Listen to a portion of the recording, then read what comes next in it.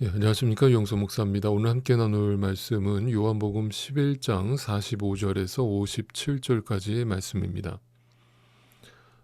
우리는 살면서 어떤 가치를 발견하면 그것에 대해서 시간과 에너지를 써서 어떤 식으로든 얻으려고 합니다. 그리고는 그럴 가치가 있다라고 말을 하죠. 그러니까 다시 생각을 해보면 우리는 어떤 것에 열심을 내기 위해서는 반드시 먼저 그것에 대한 가치를 발견해야 한다라는 것을 알 수 있습니다. 그런데 만약 그 일에 대해 가치를 발견하지 못했다면, 아니 그만한 가치가 없다라고 생각을 한다면 더 이상 그 일에 관심을 두지 않거나 그것을 본체만체 하찮게 여기고 말 것입니다. 그래서 다시 말씀드리지만 우리가 무언가를 보고 그것을 알아본다는 것은 너무나 중요한 것입니다. 진리도 마찬가지입니다. 그 진리를 알아보고 그 진리의 가치를 본 자들은 행하게 되어 있고 그 진리의 말씀에 따르게 되어 있기 때문입니다. 그런데 만약 그 진리를 믿는다고 말하는 신자가 그 진리대로 사는 일에 있어서 소홀하거나 하찮게 여긴다면 그것은 뭔가 크게 잘못되어 있다는 것이겠죠. 자, 오늘 나사로의 이야기의 마지막 결론에 해당되는 이야기가 전개되고 있습니다. 그들은 모두 자신들의 눈앞에서 죽은 지 나흘이나 된 시체가 다시 벌떡 일어나서 무덤 속을 걸어 나오는 놀라운 광경을 목격했습니다. 정말 말 그대로 그 어떤 기적보다 신비롭고 경이로운 기적 사건이라고 할 수 있습니다. 여러분이 만약 그 현장에 있었다고 한번 상상해 보십시오. 정말 입이 딱 벌어지지 않았겠습니까? 그래서 역시나 기적이 일어날 때마다 보여주는 인간의 반응, 수많은 무리들이 예수를 쫓기 시작합니다. 이것을 보고 또 어떤 이는 자, 이거 보십시오. 뭔가 우리를 믿게 하려면 이렇게 우리 눈앞에 뭔가 확실한 증거를 보여줘야 되지 않겠습니까? 그래야 믿는다고 말을 하지 않겠습니까? 라고 하실 분들이 계실지 모르겠습니다.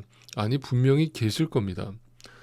자신 안에 믿음이 허락되어 있지 않기 때문에 그렇게라도 믿고 싶다는 그 마음은 하나님 앞에서 기특합니다. 그러나 저는 이렇게 또 반문합니다. 여러분, 정말 보여주면 믿게 될까요? 그리고 그 순간은 믿겠다라고 말할 수 있을지는 모르나 단지 눈에 보이는 기적을 보고 믿은 그 믿음이라고 하는 실체가 그 눈에 보이는 기적이 사라진 후에도 계속 유지가 될까요? 여러분, 제가 좀 삐딱한 목사여서 그런지는 몰라도 저는 그렇게 생각하지 않습니다. 그런데 오늘 본문 속에는 제가 지금 생각하는 그대로 그 증거가 나타나고 있습니다. 47절입니다. 그래서 대제사장들과 바리새파 사람들은 공의회를 소집하여 말하였다.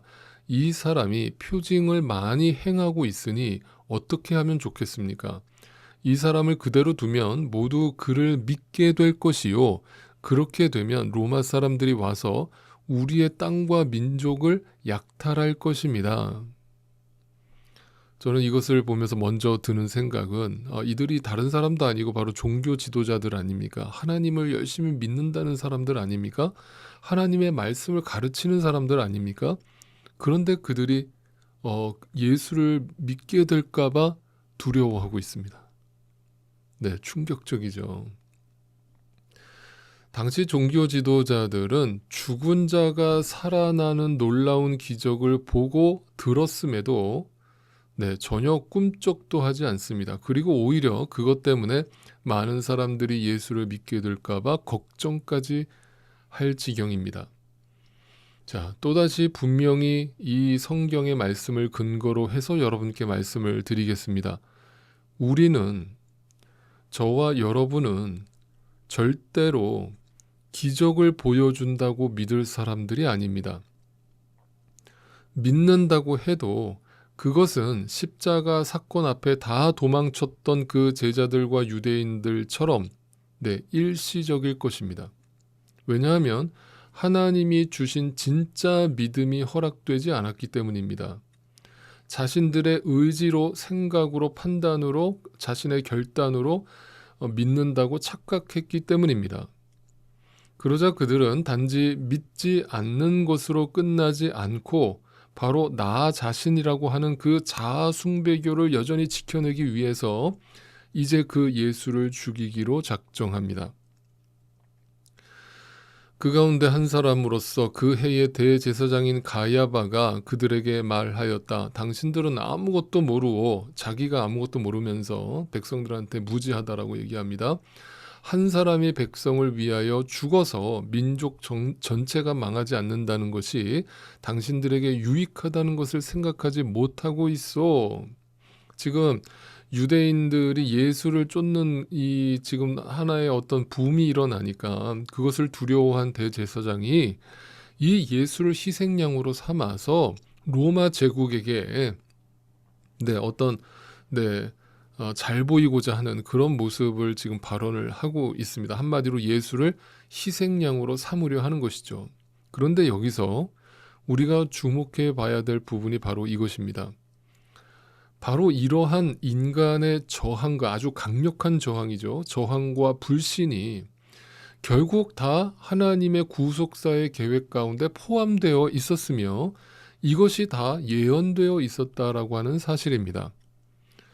예수 그리스도를 죽이려고 했던 그 가야바의 입술을 통해서 마저 인간에게 진리에 도달할 만한 어떤 지식도 어떤 의지도 없음을 재확인시킨 후에 바로 예수 그리스도의 고난에 대하여 예언하고 있는 이 사실은, 이 부분은 참으로 예수 그리스도가 이 땅에 오신 이유와 그분께서 십자가에서 이루실 그 사건이 우리에게 얼마나 중요한 것이며 또 필연적인 것인가를 보여주는 놀라운 장면이라고 할 수 있습니다. 그로 인해서 그들은 그 날로부터 예수를 죽이려고 모의하기 시작합니다.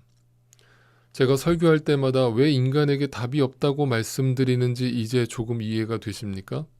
요한복음의 마지막 표적 나사로의 죽음과 부활 사건을 통해서 예수 그리스도가 이 땅에 오신 이유를 너무나 분명하게 선명하게 아주 중요하게 표적으로 우리에게 보여주고 있는 이 사건을 통해서도 이것을 보고도 오직 자신의 목적과 욕심과 야망과 그 고집으로 인해 우리는 그리스도를 볼 수 없었습니다. 그리고 오히려 그 예수를 나의 원수로 여기고 아주 귀찮고 하찮은 가치 없는 존재로 여기며 죽이려 했던 것이죠. 오늘날도 동일합니다. 예배를 드리면서도 말씀을 들으면서도 하나님의 이 놀라운 구속의 신비와 하나님의 경륜과 이 하나님의 열심이 보이는 것이 아니라 그저 자기 연민과 자기 축복밖에는 보이지 않는 것입니다. 그런데 만약 여러분에게 정말 이 예수 그리스도의 믿음이 허락되었다면 분명 그 가치를 본 자답게 살게 될 것임은 너무나 자명한 사실입니다. 여러분, 이것은 절대 우리의 노력으로 되어질 수 있는 것이 아닙니다. 그리고 오늘 이 아침에도 다시 한번 기억하십시오. 믿는 자로 살아간다는 건 참으로 귀한 것임을 다시 한번 이 아침에 깊이 묵상하시면서 하나님 아버지께 감사하실 수 있기를 바랍니다.